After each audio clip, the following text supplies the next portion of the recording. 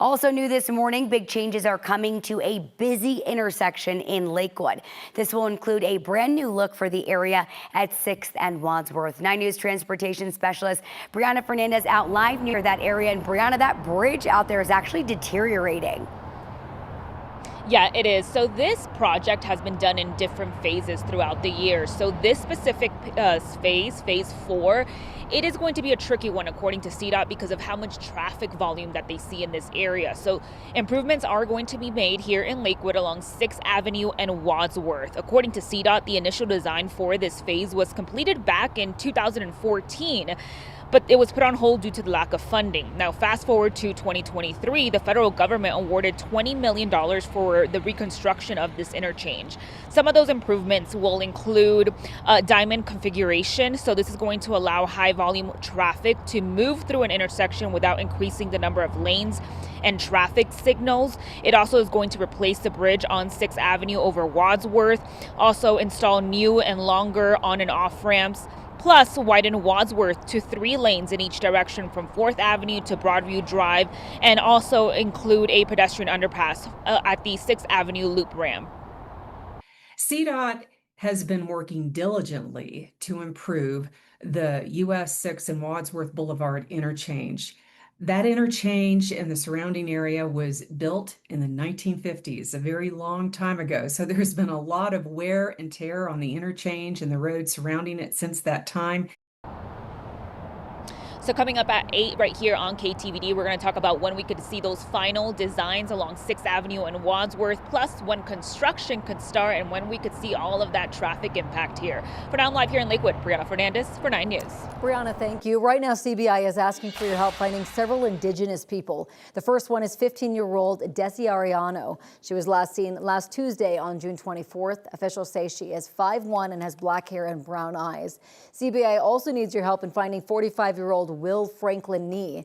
He was also last seen last Tuesday, but we don't know the specific location. Officials say he was last seen wearing a black baseball hat with black shirt, black pants, and gray and black shoes. Officials also say he currently has a mustache, so a little bit different than the picture you see there.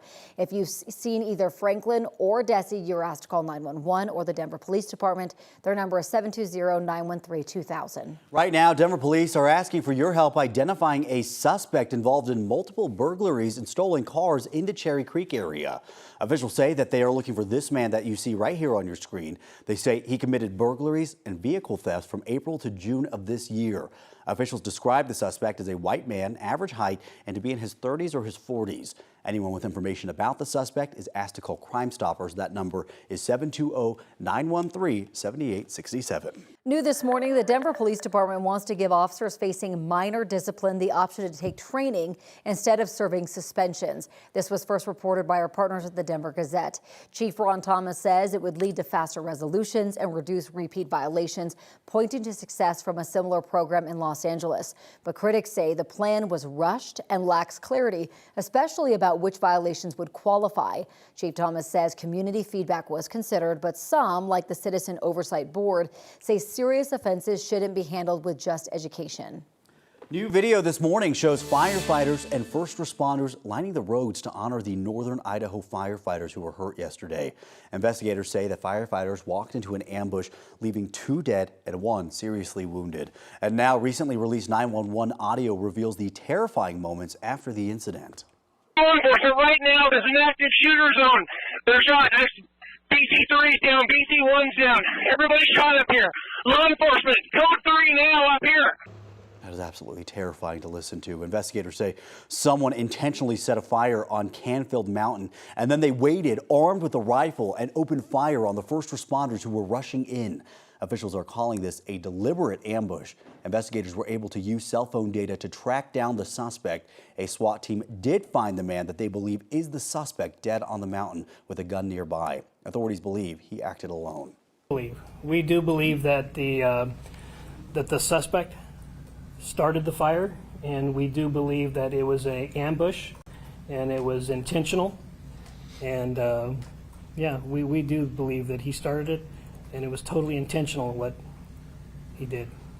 As of this morning, officials say that the firefighter severely injured is recovering after getting some surgery last night and that he is still in critical condition. Reactions to the shooting are continuing to pour in this morning. Evergreen Fire and Rescue posted this picture on social media. They said, quote, "We stand in solidarity with our brothers and sisters with broken hearts for the horrific tragedy in Idaho." Well, as we approach the 4th of July holiday, you've probably already heard fireworks popping off. South Adams Fire says this fire was likely caused by fireworks. It happened near a patch of grass near 108th and Havana Saturday night. Remember, there is nowhere in the state where it's legal to shoot off any kind of firework that leaves the ground. A small spark can lead to a huge fire quickly. Well, if you are going to celebrate this year, we do want to remind you that most fireworks that leave the ground or explore are illegal statewide. That includes bottle rockets, Roman candles, and firecrackers. Things like sparklers, fountains, snakes, and ground spinners are legal in some cities. Anyone who gets caught with illegal fireworks can face fines that reach up to at least $2,000. And you can find a full list of city-specific firework rules on our website right now, 9news.com. Well, it's never a bad idea to just leave the fireworks to the professionals, right? You can watch a fireworks show this Friday when the Rockies take on the White Sox. 9 News will air that game. Coverage begins at 5:45 with first pitch at 6:10. They'll have the show again after Saturday's game. We have plenty of information on the 4th of July on our website, including other fireworks shows being put on around the metro area. Just text the word fireworks to the number on your screen, 303-871-1491. We'll send you all of our web articles back to your phone. The busy travel period is already underway. AAA expects it to be a very busy one.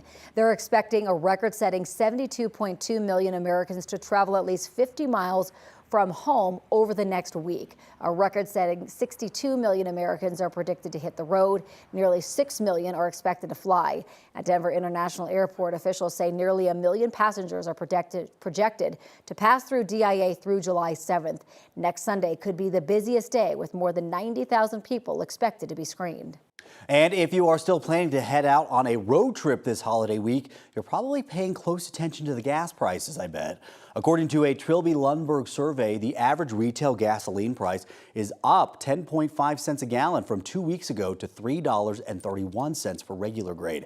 However, motorists are currently paying 22 cents per gallon less than they did a year ago. Crude oil prices have continued to fall since a ceasefire was announced between Israel and Iran, and wholesale gas prices have also dropped. Assuming the Iran-Israel ceasefire holds, U.S. retail gas prices can be expected to drop soon, perhaps 10 to 15 cents per gallon. Here in Colorado, the current average for regular gas is $3.12. That is a couple cents cheaper than a month ago when it sat at $3.19. But overall, the prices have not changed too much.